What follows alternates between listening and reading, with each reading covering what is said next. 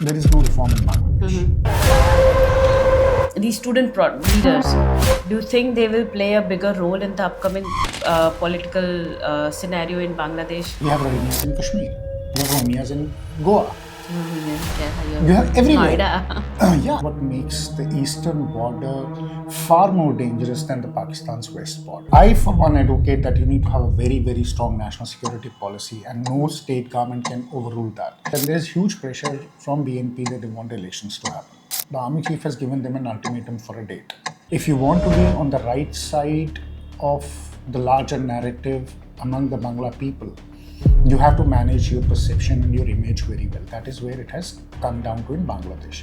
So that is where Bangladesh is heading now. So there are multiple American and Chinese interests in both these projects, which also seem to be the reason why they now want elections. I have two questions here. The whole geopolitical shift which is happening in the eastern border, though there's a lot of focus on Bangladesh, but the real game is happening in Myanmar. With Yunus, there is no possibility because he has shown absolutely no interest in working with India. On the contrary, he is throwing every mud on India, just like the Pakistanis do. Everybody is Indian. Anybody who questions him is an Indian agent. Right? So they're playing this kind of narrative. Hello and welcome to the Pamphlet War Room. मैं हूँ Nirwa Mehta and today we have Raja Muneeb with us. And we are going to talk about what is happening in Bangladesh, the eastern side of India, because that's a very volatile country right now. And we have elections in West Bengal coming up and hopefully elections in Bangladesh as well. So let's talk about that. Hi Muneeb, welcome to the Pamphlet. Thank you, Nirva. It's very good to see you again. Good to see you too. Let's talk about the eastern side of India, the other border, Bangladesh. Okay. And What's happening? Tell me, because it's in the news since past 2 days and there's a lot of chatter. And tell us what's happening there. So what is happening is basically what happened last year. So it's climaxing.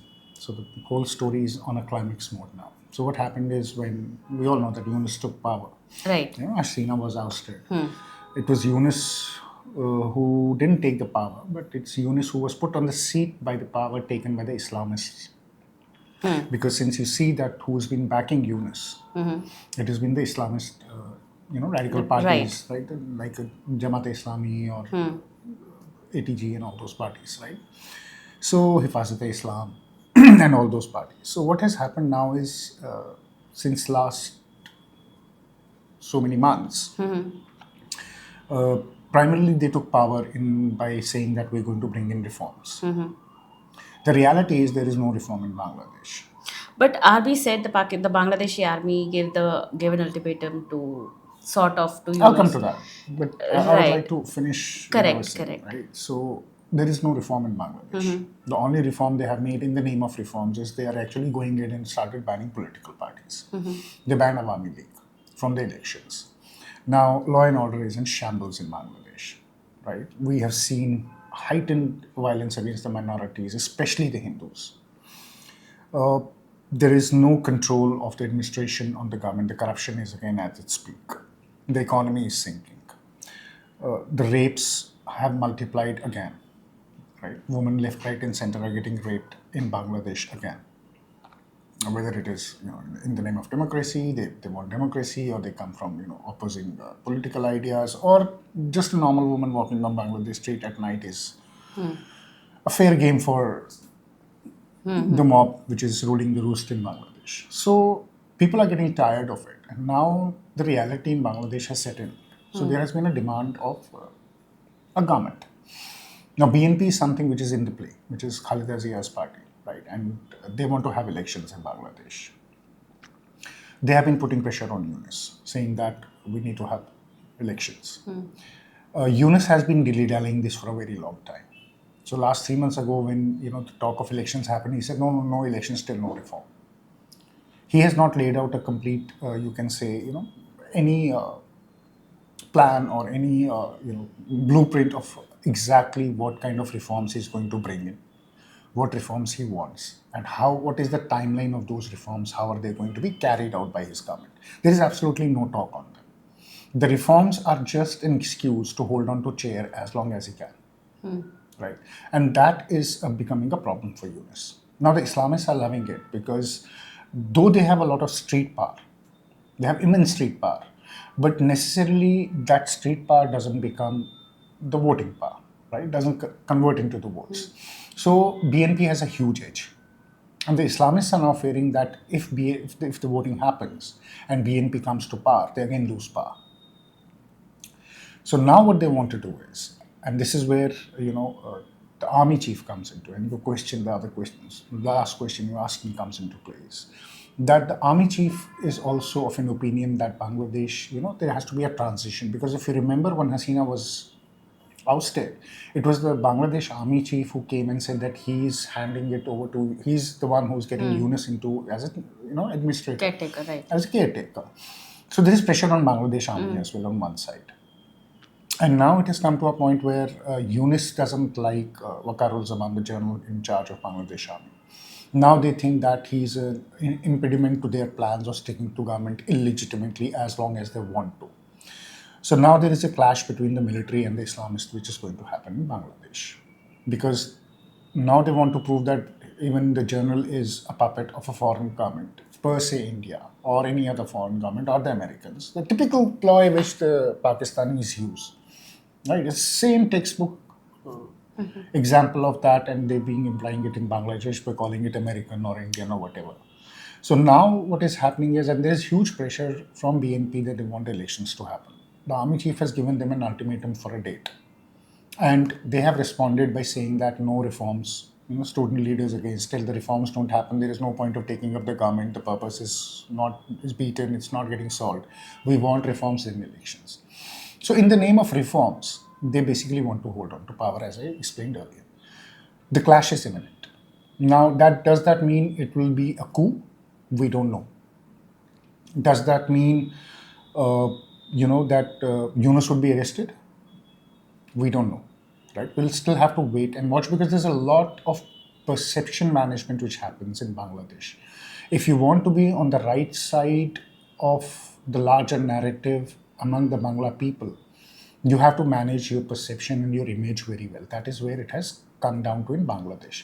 So the army chief is not going to do something which is going to damage his reputation or his perception among the masses.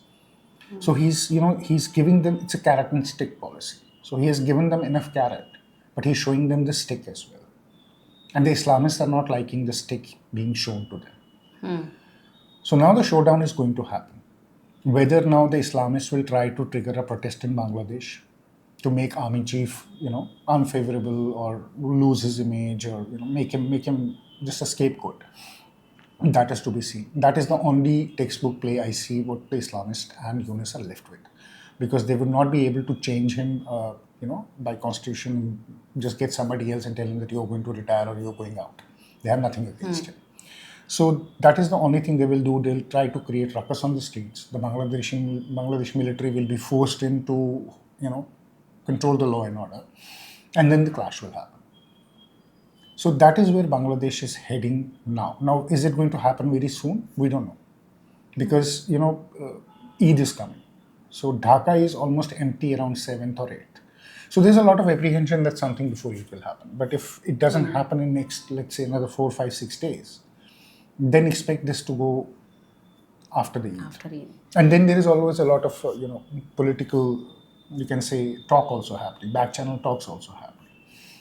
So now this is becoming interesting, because the general perception is that the army chief is being backed by the Americans and the Indians, while Yunus and his Islamists are backed by the Chinese and the Pakistanis. So there's a larger geopolitical game at play here. But wasn't that perception that Yunus was planted by the US also one of the reasons the army has given ultimatum seems to be because Yunus was not was in favor of the Rakhine corridor being built up, and also one of the ports which has Chinese investment, right? So that's what they don't want. They say that this is not reforms; these are policy changes. And Yunus, as a caretaker prime minister, cannot be making these. He does not have the mandate to make these changes, because that also kind of changes the geography of the country. So is that what? And meanwhile, there is also the Rakhine corridor has a bit of American interest because of the the Arakan army in back there, and the government being supported by China. So there are multiple American and Chinese interests in both these projects, which also seem to be the reason why they now want elections. I have two questions here. One is, what is with this Bangladeshi army chief wanting an election is very unlike the other neighbor of ours, Pakistan, where democracy doesn't exist at all. So that's where they plant the prime minister. Democracy, the elections are a farce in Pakistan. But here, Bangladesh army is insisting on having a democratic process to make sure that the prime minister who's there is democratically elected to make the changes, has the mandate to make these changes. So these are very confusing concepts here at play, and unless you're following it very closely, it's difficult to understand the nuances and the layers of interest of America and Chinese in the Bangladesh, especially because Yunus was also brought in. It's believed that he was brought in by the US. No, it's not belief, it's true. So I'll answer this in two parts. First, let's Right. address the Yunus issue. So if you see that Yunus was brought in by the Americans, but under the Biden regime, right? Now, Biden had a very different state policy, or you can say foreign policy, when it came to Bangladesh. The interest of US is the same. It's just that the head of the government has changed. So when Donald Trump came in, he gave him a cold shoulder, right? And that made him gravitate towards the Chinese.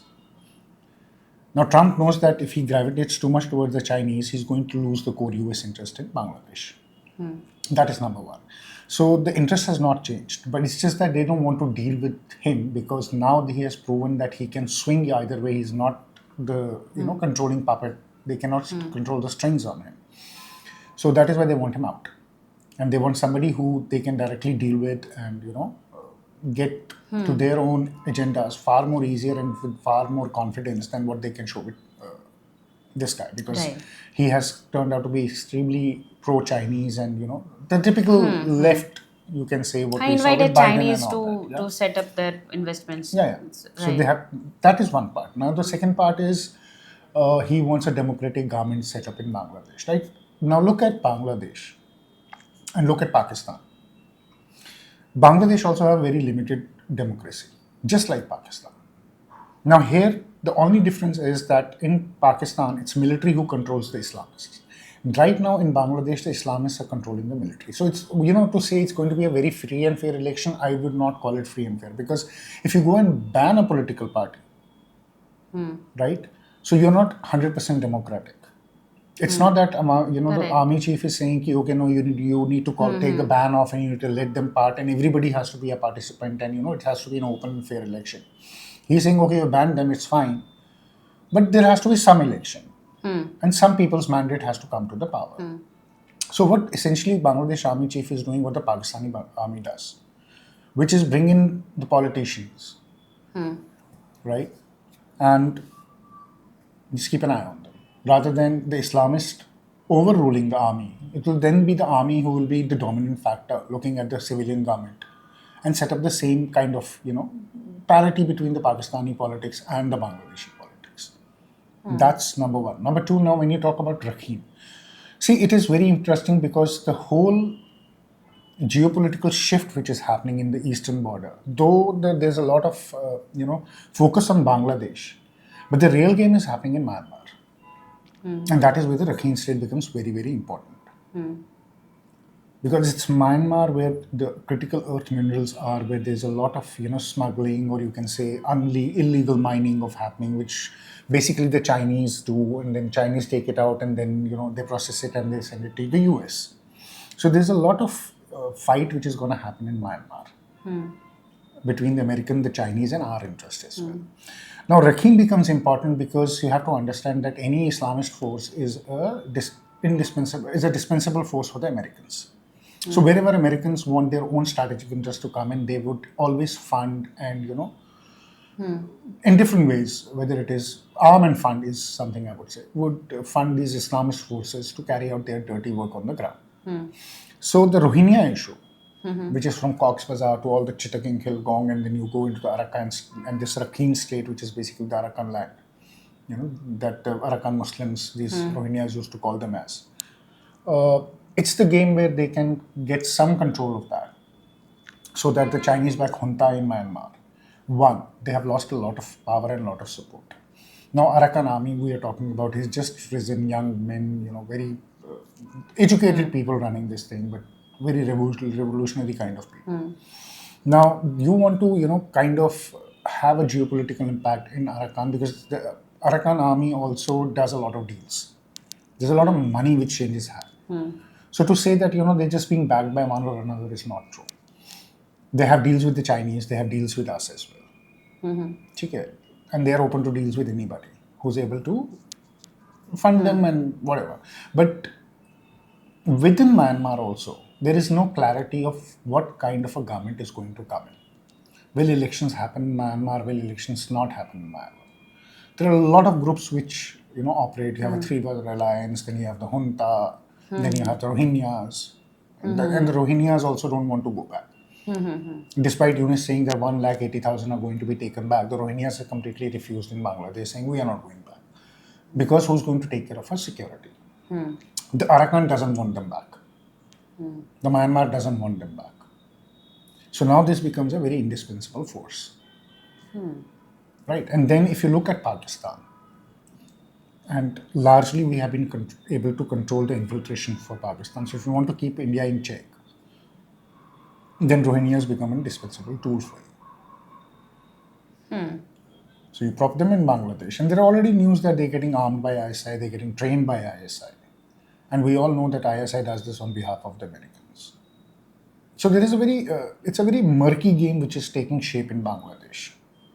Now we have our own interest in Bangladesh, but at the same time Americans seem to be allied to our interest that the government has to be there. But the only reason we want a government there is that then you have the possibility to work with that government. With Yunus, there is no possibility because he has shown absolutely no interest in working with India. On the contrary, he is throwing every mud on India, just like the Pakistanis do. Pakistanis lose electricity, they say India, Ra ki sazish. Same textbook, Yunus is playing ki everything is done by India. Everybody is Indian. Anybody who questions him is an Indian agent. Right? So they're playing this kind of narrative. So it is becoming a very complex situation in Bangladesh and in Myanmar. How it pans out is to be seen. But ideally, yes.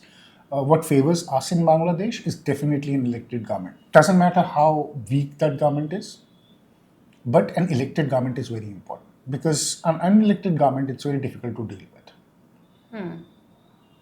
So the elected government that was last year, Sheikh Haseena's government was toppled by the so-called student protest, which turned very, very violent. And at one point, rather the entire protest the violence was targeted on Hindus in Bangladesh. There were so all those student leaders who were leading the protest, leading the violence, they were at some point included in Muhammad Yunus's government, right?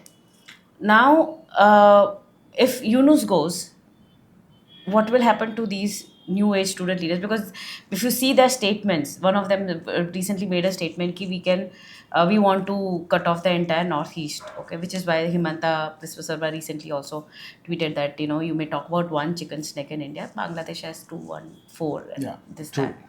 So with this kind of political immaturity in these student leaders and this Muhammad Yunus's so-called current government, the new government which will probably hopefully come by end of this year, if elections take place.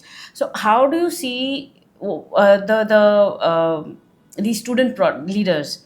Do you think they will play a bigger role in the upcoming political scenario in Bangladesh, or do you see them just disappear into thin air where they came from? No, I don't see them disappearing into thin air.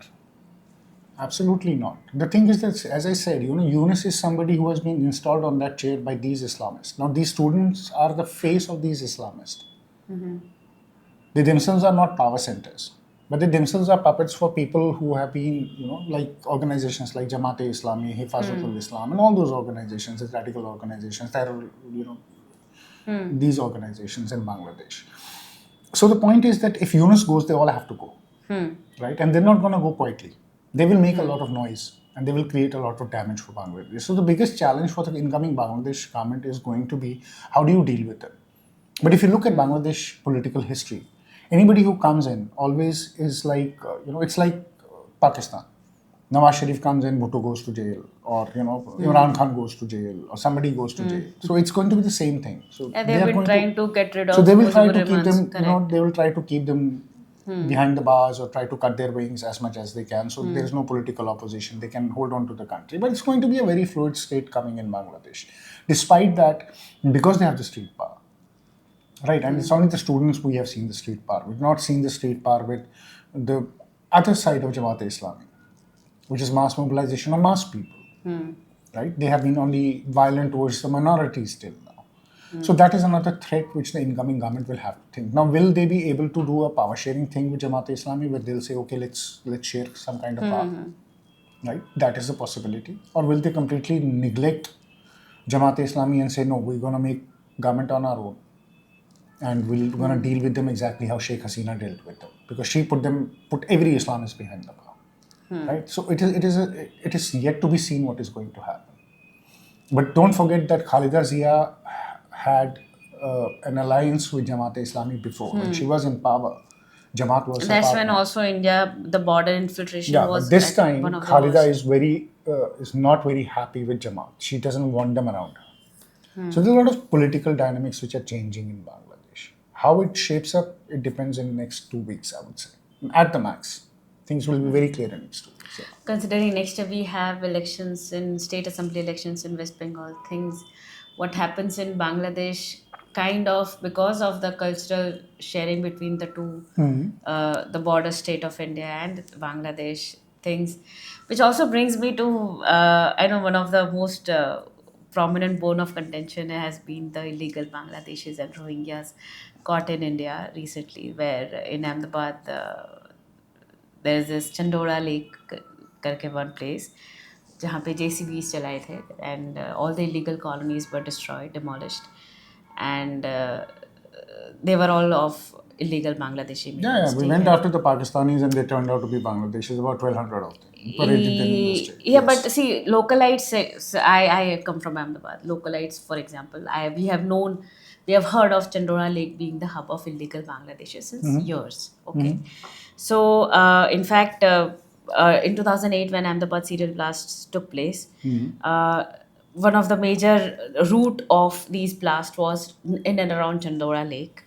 And the hospital, the LG hospital, where another blast took place post the serial blast, that also is in the same area. Okay. So it's not that people were surprised as such, but what is surprising for people has been what took so long.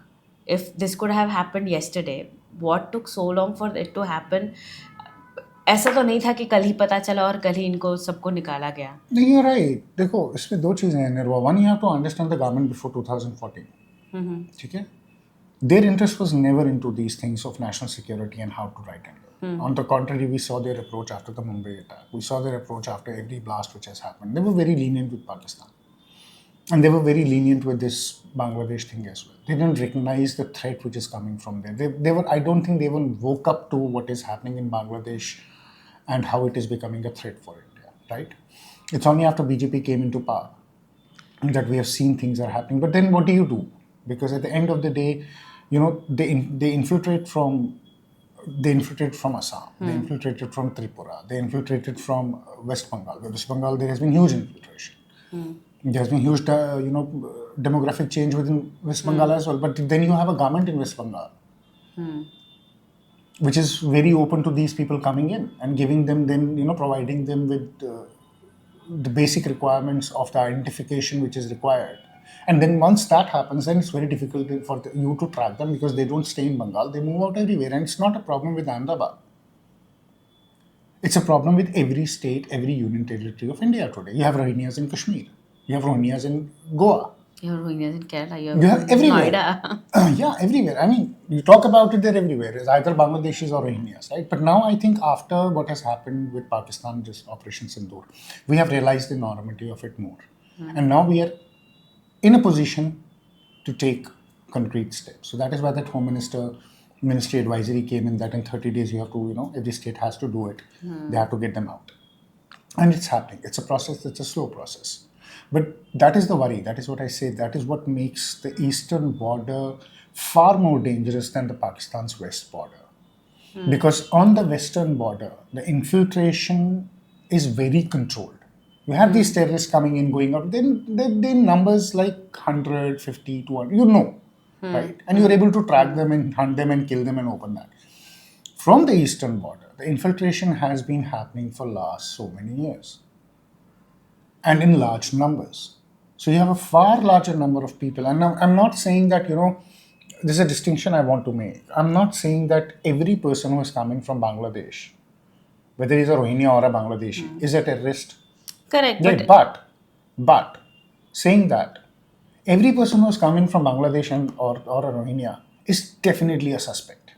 Now that makes your things to track and to find extremely hard because every one of them is a suspect. Every one could be anybody. We have no idea who they are. It's very difficult at times to even, find them or track them and see whether they are from Bangladesh or they're from Bengal. They all carry IDs from Bengal. We had a Congress government in Assam before Hemanta came in, right? And the infiltration was unchecked. So when you have, because this law and order is with the state, how do you deal with this? When the state government is open to, is not going to crack down onto them. So it's a very precarious situation. It's a very serious situation for our internal security. But I think the right steps are being taken now. It'll take us time. It's not going to happen overnight. You're not going to shut down the entire nation and just grab each and every one and then throw them across the border. But for sure, I know that action is being taken now, and we are slowly deporting them back to Bangladesh. We have just exchanged a list of 2,200 illegal Bangladeshis with the Bangladesh embassy, and we are on the verge of deportation. And the embassy was like, we only knew about 200 people. I said, well, that's not your problem. That's not our problem. This is a list of 2,200 people. You have to take them back. So the process has started. It'll take some time. I think because, as they say, Rome wasn't built in a day. The infiltration didn't happen overnight. So, pretty sure the deportation and sending them back also won't happen overnight. I also feel that, correct me if I'm wrong, but do you think the fact that these governments, so when Modi was the chief minister of Gujarat, one of the major things he did, there are a lot of these NGOs that have been around, which are anti-development. There have been Narmada Bachao Andolan. A lot of these, they just don't, any project, any infrastructure development project happening, they just want to protest against it. Okay. Another guise of these NGOs is also human rights activism, right? So, when he was the chief minister of Gujarat, one of the major things he did was to cut off whenever they are violating the FCRA, regulations, funding would stop, and somehow they would be contained at some point, right? So Modi going after the NGOs which have had anti-India, anti-development mindset, he has been known for that. Now that he's the prime minister with Amit Shah as the home minister, they have made it on a national level. A lot of these NGOs have been affected. They have had problematic causes, so-called, that they have been working on. So whenever there would be some sort of, a movement ki illegal immigrants are being, taken away or they are being deported, someone will go and file an PIL in the court and just get a stay order, and things are just standing there right as is. So these also have been hindering our our methods of getting these things cleared up. Do you think that has been the case, or is it? No, absolutely. As you said, Rome is not built in a day. I'll add something to it. Nero wanted Rome to burn for his own entertainment, right? So you have all these entertaining characters sitting in there who want to have their own piece of cake at the expense of the country. And they are very happy putting little fires in all across India so that they can rule roost and they can have fun with it. So they are all Neros in my, of Rome, if you want to relate it to that. That is number one. Number two is, yes, you have this problem. Anybody will go to the court. We saw that people going to court on Bangladeshis or on Rohingyas. So we just saw a latest. Harsh Mandar and a bunch of his friends are. For God's sake. Right. He was in Sonia Gandhi's NSC when the UPA government was there. All problematic people. That is why I said, Nero wants the Rome to burn. Rome wasn't built in a day. So the Neros have burned the Rome. And now Rome is not going to get built in a day. We are building the Rome back again. In that case, India. We are building our national security back again, brick by brick, piece by piece, because these people have, not only have dismantled a lot of our national security, paradigms, but also they keep on poking holes into it to slow down our progress. And Harshmander and all these people are the classic example of this, right? I would like to see Harshmander going to UN and telling the Western countries, why don't you take Rohingyas in? Why hasn't he gone to Pakistan and told Pakistanis it's your duty to take Rohingyas in? Why can't go to Why can't he go? Bangladesh? Why can't no? Forget Bangladesh. Bangladesh does have a lot of Rohingya. Why doesn't he go to Saudi Arabia and tell them why don't you take them? Right? So you have to understand this is a ploy by them to grab as much power as they want to show the government weak, and then to play their own games. So all these Neros have to be taken to task, and we have been taking them to task by, as you rightly pointed out, by cutting out these NGO fundings. Because anywhere in the world, if you see, you'll see that these NGOs are the ones who are used to topple the governments or change the governments, and it's a typical textbook classic approach. So I think we are dismantling their structure, we are weakening them, but they will keep on poking holes into this wall of national security. Right, because they would want to keep it porous and too weak so that they can play their own political games for their own political gains. But I don't think they're going to succeed this time. And that's very important. Because next year, along with West Bengal, we have Assam elections. A lot of these next few months, over the coming few months, rather, I think the entire northeastern side Look, of it's India is going to be very always, interesting. these are always evolving situations. Right. Right. So India is always at elections, one state or another state or another state. We always have elections going on somewhere or the other. Yeah, But these situations are always very evolving. Something or the other will be happening on your borders. Something or the other will be changing on your borders. Right. So you have to be in constant heightened alert, perceptive to the changes. And at the same time, you also have to understand how to deal with them. You need a policy of where to draw a line and say, no, this is not going to be accepted. Whether there is an election, there is not an election. Right? We cannot leave border security substituting to the state levels where states will decide how strong or how weak a border security is going to be. So I think that is something the center needs to decide. The central government needs to put its foot down and say, no, border security is going to be our prerogative. And whatever is needed to be done has to be done, whether it is allocation of land, whether it is allocation of resources. That also state governments Right. need to cooperate with center. That's what We I'm saying. have So then seen- you right. need to bring in some kind of policy which Right. cannot be negotiated on the basis of internal politics. You cannot let internal politics become a part of your national security. The moment you do that, you've compromised your country. And I believe that national security is supreme. Correct. Rest everything is, plays around it. So I, for one, advocate that you need to have a very, very strong national security policy, and no state government can overrule that. And all this border security and illegal infiltration issues need to be dealt by the center directly. The state should not have a say in it. The states are not going to dictate what to do, how to do. So we have to bring out a lot of changes, I believe. We have to take some strong, actions and strong changes into it as well. We have to put our foot down here. Right. Okay. What else? Your Vaibhav will cut off. Hi, Vaibhav. To conclude this, I just want to ask you one last question that with the Pahalgam terror incident, followed by Operation Sindoor, now do you see any of the repercussions on the Bangladesh border? Anything, should we be prepared for anything that can come from the eastern side of India? See, what will happen now is, and you are right in your assertion, that we have to be extremely careful with Bangladesh, because now what the Pakistanis will do, they have been preparing, we know ISIS and all these ISKP and all that, they have been working into Bangladesh, right? We know the organizations like Ansarul Bangla. Recently, I had a video where I saw that ISIS people, a Bengali video of ISIS, Right.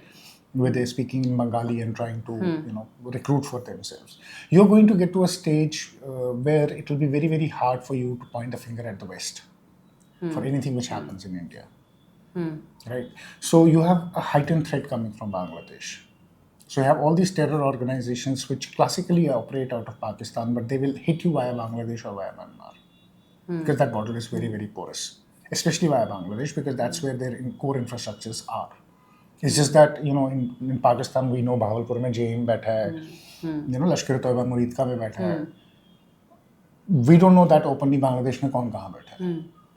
But that doesn't mean that they are not there. Correct. They've been there for a very long time. So it is going to become a problem from the east. And then to take the pressure off the western borders, they will try to engage us from the east. Now, I'm not saying that it's going to be, they'll do something as big as they did in Pahalgam, but they can always trigger smaller incidents. One of blast or one of something. Or maybe they will trigger a bigger one. Wherein, you will be forced to take action towards Bangladesh. And then get stuck in that geopolitical game because the Chinese and Americans are there as well. So they would like to engage you on the western front and on the eastern front at the moment. Try to keep you busy, right? And then your 0.5 front is always active. Every day it is active. All these people, Harsh Mandar and all those, they're all part of 0.5 front. So the 0.5 front is already active. And the two fronts then become not the China and Pakistan, but the two fronts become Bangladesh and Pakistan. Right. So that is what is going to happen. So yes, we have to be very, very careful from Bangladesh because that is where the next big threat is coming in from. It's not going to come directly from Pakistan. It's going to come directly from Bangladesh. That's how I see it. Okay, let's see. I think we'll know more once Eid is over, and let's see how in next few weeks what happens in Bangladesh, because I don't think things are going to be settled down any sooner. No, Bangladesh is not going to settle down. Are imploding. On the contrary, Bangladesh is going to become more and more volatile. And it's not necessary that, before Eid. It could be before Eid as well. Correct. Eid could be bloody in Bangladesh too. You never know, right? So it's that kind of a volatility which is happening in Bangladesh right now. So we don't know. It could be from 1 day to 20 days. We really cannot predict the outcome right now. Okay. But yeah, it's again. imminent. That's right. what Let's talk so let's again. hope as delay it happens. But we'll keep on tracking this and talking about it as and when it happens. That's what I would say. Okay. On that note, thank you so much for joining us, Raja Muneeb, and we'll see you guys again on Tuesday at 8 p.m. on the Pamphlet War Room. Thank you so much. Thank you, Nirva.